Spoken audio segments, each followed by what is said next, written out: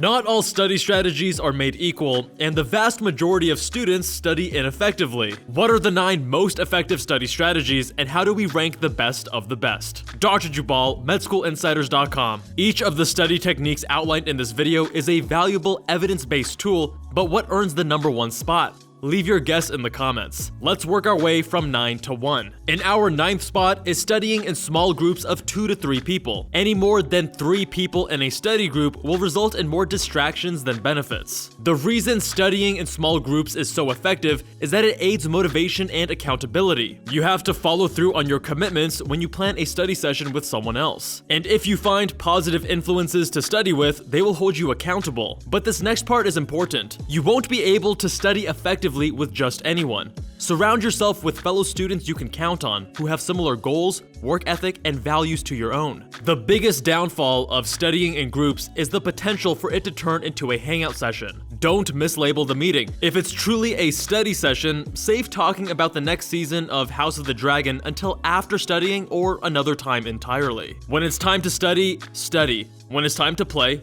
play. Don't try to do 2 things at once. Fully committing to either will be much more rewarding in both instances. At number 8 is dual coding, which refers to learning a concept through multiple different modalities. For example, you may read about a concept in a textbook and additionally watch a YouTube video on the topic or see an experiment demonstration in class to drive the point home. Don't be afraid to let studying get a little messy. Go beyond the textbook and lecture to fill in knowledge gaps. Supplement anything you're unsure of with other forms of media that explain the same concept but in a different format. You can also create multimodal study resources yourself. For example, the process of creating a diagram helps with both comprehension and retention, and then you'll have a condensed, high-yield visual for future reference. At number 7, we have interleaving. Interleaving simply means switching between multiple topics, ideas, or subjects during a single study session. This strategy is particularly helpful with subjects that require problem solving, such as physics, chemistry, or math. Interleaving facilitates finding links, similarities, and differences between ideas. As you interleave, approach subjects in different orders to encourage improved understanding. Make a conscious effort to think about how you can link principles between the different concepts. An added benefit is sustained endurance. When you're strategically shifting between topics, you can ward off burnout and boredom through novel stimuli. This is particularly beneficial when studying for major standardized exams like the SAT or MCAT. However, note that interleaving requires a bit of calibration. If you spend too little or too much time on a single topic, it can prove detrimental. If you switch too often, you can fail to achieve meaningful, deep understanding. If you spend too much time on one area, you're not interleaving, you're just performing traditional blocked studying. In our number 6 spot, we have concrete examples. Concrete examples facilitate the understanding of complex or difficult concepts. Find relevant examples that illustrate the principles from a lesson you're trying to learn. Ensure you deeply understand how the concrete example is a reflection of this principle in practice. Start by collecting examples and then explaining how the example illustrates the principle you're attempting to learn, and then repeat. You can also create your own examples or exchange examples with your study group for added benefit. When practicing this technique, ensure the examples are accurate and relevant to the concept you're studying. Too often, students find poor examples online, through friends, or from other resources that reinforce an improper understanding. At number 5 is the Pomodoro Technique, which we've covered on the channel many times before. It breaks study sessions into attainable blocks of 25 minutes followed by 5-minute breaks. Instead of sitting down to study for 3 hours, you're only sitting down for 25 minutes at a time.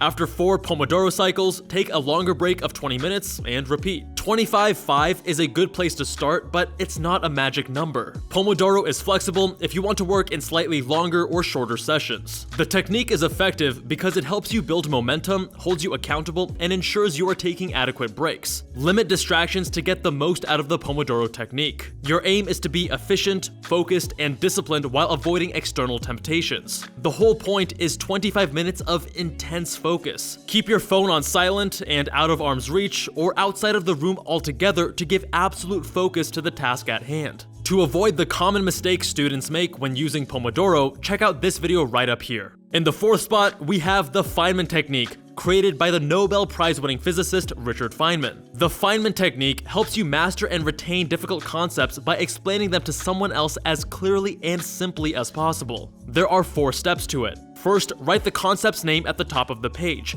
You are deliberately focusing your attention on mastering this single topic or concept. Next, explain the concept using simple language, as if you were explaining it to a friend who is unfamiliar with it. The third step is where the magic happens. As you work on explaining the concept, you will naturally identify areas you're having difficulty explaining in simple terms. Use this as a guide when you go back to your textbook or lecture materials to fill in the gaps in your understanding. Lastly, now that you've explained the concept, go back and pinpoint any complicated terms and challenge yourself to simplify them further. Use any analogies that may aid your understanding. Don't just think of how to make it simple, think of how you would explain it to a child or parent. The act of simplifying difficult concepts using the Feynman Technique helps a great deal with understanding and information retention, which is why we have it ranked so high on our list. The process ensures you understand the concept at a foundational level so that you don't fool yourself into believing you're more of an expert than you are. To take this technique to the next level, combine it with strategy number 9, small study groups. You add a sensory and emotional element, plus real-time feedback, by explaining concepts to 1 or 2 of your study buddies in real time. At number 3 is desirable difficulties, which posits that anything requiring a great deal of effort will improve long-term performance despite the fact it may initially slow down learning. Think of it like going to the gym. If you bench press 10-pound dumbbells, you're technically doing chest exercises, but you're not challenging yourself enough to improve. The weight is not enough to create the micro tears and stimulus necessary to grow your muscles. This is what happens with passive learning strategies. On the other hand, if you bench to the near max of your capabilities, you're exerting yourself to a far greater capacity, resulting in muscle breakdown and ultimately hypertrophy. This is a desirable difficulty. Students naturally want to find the easiest path and confuse easy with effective. Passive studying may be easier, but it's far less effective and will take more time in the long run. Don't shy away from the discomfort and friction you initially feel. It's all part of the learning process and proves that your efforts are working. We have desirable difficulties in our number 3 spot because it's a common thread throughout some of the best study techniques and a reminder that the most efficient and effective path will have more resistance. At number 2, the second best study strategy is spaced repetition. Repeated exposure to a piece of information at increasing intervals between each repetition optimizes memorization and retention in the least amount of time. This is due to the Ebbinghaus forgetting curve. In its simplest terms, the forgetting curve demonstrates that after forming a memory, we gradually forget more and more of it as time elapses. By reviewing the information just before we forget it, the memory becomes more durable. If we see the same information multiple times over increasing intervals, we're much more likely to encode those facts into long-term memory. This is why cramming is so ineffective. Studying for 8 hours spread across 2 weeks generally results in superior performance compared to studying for 8 hours in one sitting. To streamline this process, create a study schedule for yourself where you plan out when to review older material in addition to recent material. You can also offload the process to other apps, like Anki for language learning or Mem for the MCAT, which will test you on bite-sized pieces of information through flashcards and automatically schedule the cards based on the difficulty of recall for each. Spaced repetition is most powerful when the timing is just right. If too little time elapses between repetitions, the information is not reinforced as strongly. If too much time passes, you're more likely to forget it. Spaced repetition is most effective when combined with our number 1 study strategy. At the top of our list in the number 1 spot is active recall. Active recall engages your mind and helps you not only retain information, but actually learn it. Many of the strategies outlined in our ranking are a type of active learning, which is why we ultimately crowned it as number 1. If you focus your studying on active recall, you'll be on the right track. You should fully expect active recall to be a difficult process, as active learning methods are, by definition, far more challenging than passive forms. When it comes to active recall, create flashcards through Anki and Mem or use practice problems, which has the added benefit of practicing higher order thinking. This means you're not recalling one discrete fact, but rather thinking in multiple layers that require either additional facts or additional concepts to build upon. However, you could also write or sketch out everything you know about a certain topic without looking at your notes. Be as thorough as possible. Afterward, check what you've written compared to your class notes for accuracy and to fill in any points you may have missed. Many students quickly abandon active recall because it's difficult. However, as mentioned in desirable difficulties, it's vital to remember that if learning feels difficult, it means it's working. Stick with it and it will get easier with time. As you practice active recall, focus on comprehension.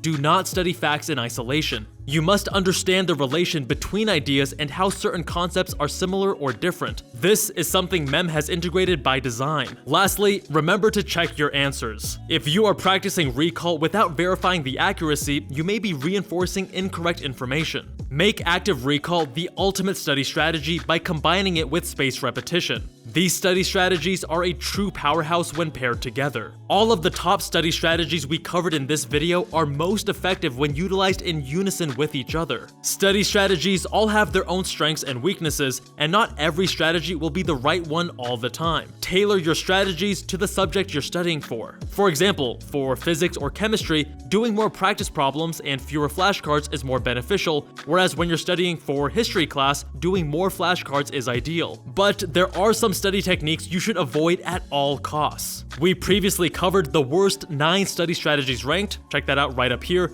as well as 5 reasons you're doing active learning wrong. Do you agree with our ranking? Leave a comment below. Much love, my friends, and I'll see you in that next one.